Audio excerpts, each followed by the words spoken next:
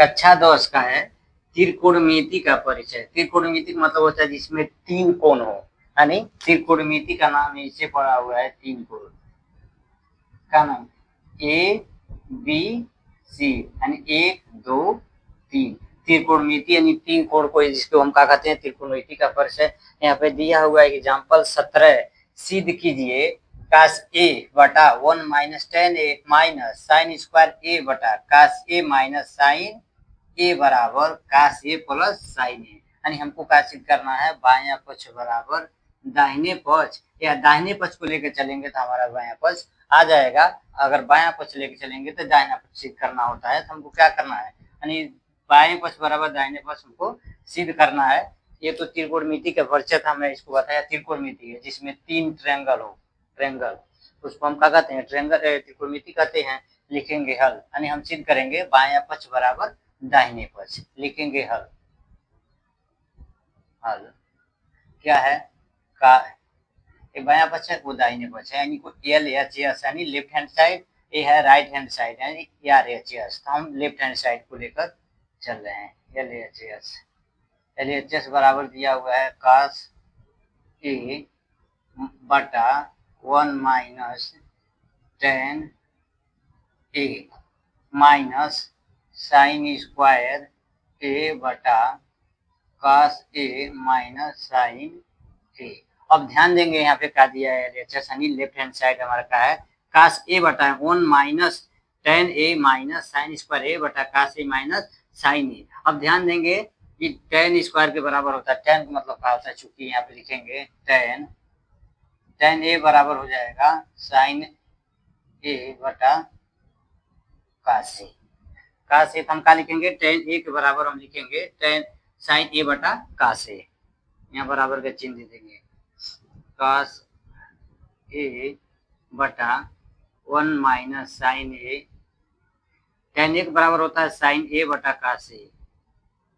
कास ए अंश बटा हर है, इसको भी अंश बटा हर कर लेंगे। यहाँ पे लिखेंगे माइनस साइन स्क्वायर ए बटा कास ए माइनस साइन ए, साइन ए। अब हम ध्यान देंगे कास ए बटा में आया है, कास ए 1 माइनस साइन ए बटा 1 गुणे कास ए, यानी एक और कास ए के एलसीएम होगा, एलसीएम होगा यानी लघुत्तम समाप्त होगा तो कितना हो जाएगा कास ए हो जाएगा। अब कास ए से 1 में गुणा होगा, 1 से साइन ए में, कास 1 से 1 में गुणा होगा तो हो जाएगा कास ए माइनस साइन ए, साइन ए ऊपर हमारा कितना दिया हुआ है कास ए माइनस साइन स्क्वायर ए। हमको क्या करना है, इसको सेम उसी तरह लिखना है कास ए माइनस साइन ए। अब हमको ध्यान देना है, अब क्या लिखा है कास ए बटा साइन ए माइनस कास ए माइनस साइन ए बटा कास ए।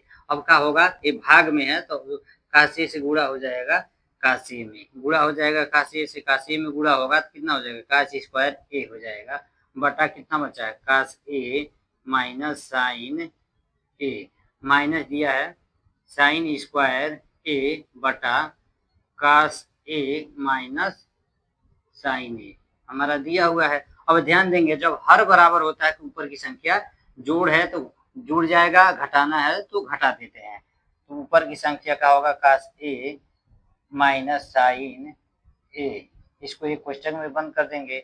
बटा हर जब बराबर है तो हर एक संख्या लिखते हैं, ऊपर की संख्या जोड़ या घटा ली जाती है। तो कास ए माइनस साइन ए, माइनस साइन ए। अब ध्यान देंगे कास ए माइनस साइन ए, यहाँ पे सूत्र क्या लगेगा, फार्मूला लगेगा ए स्क्वायर माइनस बी स्क्वायर बराबर होता है ए प्लस बी, ये क्वेश्चन में होता है गुणे, एक क्वेश्चन में होता है ए माइनस बी।